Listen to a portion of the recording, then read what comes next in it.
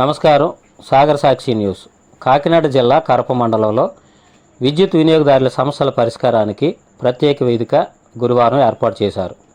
స్థానిక విద్యుత్ సబ్స్టేషన్ ప్రాంగణంలో నిర్వహించిన వినియోగదారుల గ్రీవెన్స్లో ప్రజలు నేరుగా పాల్గొని తమ సమస్యల అధికారులకు విన్నవించారు. ఈ కార్యక్రమంలో CGRF చైర్మన్ మాజీ న్యాయమూర్తి డాక్టర్ బి సత్యనారాయణ పాల్గొని వినియోగదారుల నుంచి వచ్చిన పలు దరఖాస్తులను స్వీకరించారు. కొత్త కనెక్షన్ల జారీ ఆలస్యం, మీటర్ మార్పులు, వోల్టేజీలో హెచ్చుతగ్గులు, రీకనెక్షన్ సమస్యలు, బిల్లింగ్లో లోపాలు వంటి అంశాలపై వచ్చిన ఫిర్యాదులను నమోదు చేసి వాటిని త్వరితగతిన పరిష్కరించనున్నామన్నారు.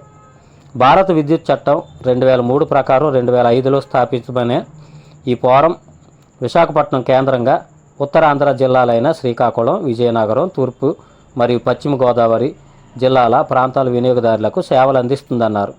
ఈ ఫోరానికి ప్రస్తుతం డాక్టర్ బి సత్యనారాయణ అధ్యక్షత వహిస్తుండగా ఎస్ సుబ్బారావు, ఎన్ మురళీకృష్ణులు సభ్యులుగా బాధ్యతలు నిర్వర్తిస్తున్నారు.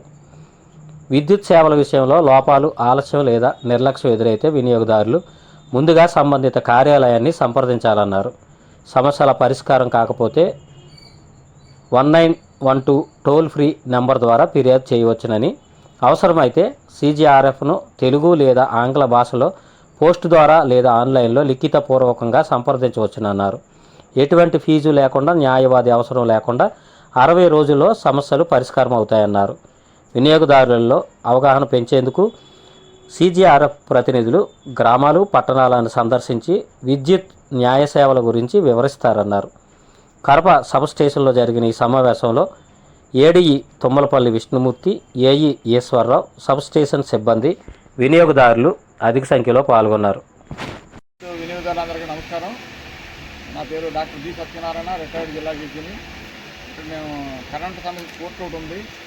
ఈ కోర్టుకు సంబంధించినటువంటి సభ్యులం. దానిలో చైర్పర్సన్ని మా సుబ్బారావు గారు ఉన్నారు, ఫైనాన్స్ మెంబర్ గారు, ఇండిపెండెంట్ మెంబర్ గారు ఉన్నారు, మురళీకృష్ణ గారు. ఈరోజు మేము ఇక్కడ క్యాంప్ కోర్ట్ అనేది కండక్ట్ చేయడం జరిగింది. దీని ముందు కాకినాడ దగ్గరలో ఉన్న కోచింగ్ సెంటర్లో అవేర్నెస్ క్యాంప్ ఒకటి పెట్టాం.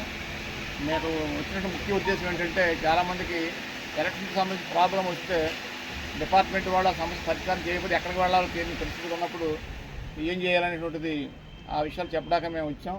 ఎలక్ట్రిసిటీకి సంబంధించిన ప్రాబ్లం ఏదైనా వచ్చినట్టు ముందుగా 1912కి కాల్ చేసుకుని వాళ్ళ యొక్క సమస్యను చెప్పుకోవాలి.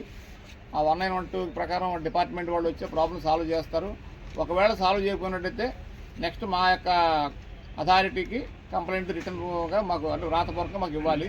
మా యొక్క అడ్రస్ ఏమిటంటే కన్జ్యూమర్ గ్రీవెన్స్ రిట్రెసల్ ఫారం అంటాం దీన్ని. నా ఈ chairperson consumer redressal forum AP EPDCL Seethammadhara Visakhapatnam. ఆ అడ్రస్కి రాతపూర్వకంగా రిటర్న్ కంప్లైంట్ ఇస్తే దాన్ని మేము తీసుకుని కోర్టు ఏ మాదిరిగా అయితే విచారణ చేస్తుందో ఆ మాదిరిగా మేము కూడా విచారణ చేసి ఒక ఆర్డర్ అనేటువంటిది కంప్లైంట్ రిజిస్ట్రేషన్ అయినటువంటి 60 రోజుల్లో తీర్పు కాపీ ఇస్తూ ఆ ఆర్డర్ కాపీని కన్జ్యూమర్ ఇంటికి పంపిస్తాం. దాని ప్రకారం ఆ ఆర్డర్లో ఏమైతుందో దాని ప్రకారం డిపార్ట్మెంట్ వాళ్ళు ఆ యొక్క యాక్షన్ తీసుకుని కన్జ్యూమర్ సాటిస్ఫై చేయాల్సిన బాధ్యత వాళ్ళ మీద ఉంది. ఈ విషయాన్ని చెప్పడానికని మేము ఇక్కడ కరప గ్రామం వచ్చాం. ఈరోజు క్యాంప్ కోర్ట్ కండక్ట్ చేసాం. ఇక్కడ నుంచి ఈ రోజు 7 కంప్లైంట్లు వచ్చినాయి. అగ్రికల్చర్ సంబంధించిన కనెక్షన్స్, లో వోల్టేజ్, కొత్త కనెక్షన్లు కావాలని ఇలాగ వగైరా కొన్ని సమస్యలు వచ్చినాయి. వాటి అన్నిటికీ మేము తీసుకున్నాం. వీటిని మేము రిజిస్ట్రేషన్ చేస్తాం. మా యొక్క కార్యాలయం విశాఖపట్నంలో ఉంటుంది.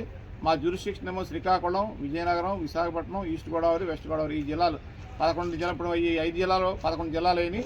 ఈ 11 జిల్లాల జ్యూరిస్డిక్షన్లో మేము ప్రతి నెల కూడా ఇలా వెళ్ళి క్యాంప్ కోర్ట్ కండక్ట్ చేస్తూ ప్రజలకి ఈ విషయాలని చెప్తూ అక్కడ వచ్చినటువంటి అర్జీలు తీసుకుని ఆ యొక్క పరిష్కారాలను మార్గాలు చూపిస్తూ కోర్టు మాదిరిగా ఏదైతే తీర్మానం ఉంటుందో ఆ రమేత తీర్మానం మేము చేసి ఆ యొక్క సమస్య పరిష్కారం చేస్తూ ఉంటాం. ఒకవేళ కనుక మేము కంప్లైంట్ ఇచ్చిన దాన్ని మేము డిస్మిస్ చేసినట్టయితే, కొట్టేసినట్టయితే విద్యుత్ అంబుడ్స్మెన్ ఉంటారు విజయవాడలో, వారి దగ్గరికి వెళ్ళి పరిష్కారం పొందొచ్చు. తర్వాత ఇక్కడ కొన్ని విషయాలు ఏమిటంటే SOP నామ్స్ అనేటువంటి ఉన్నాయి.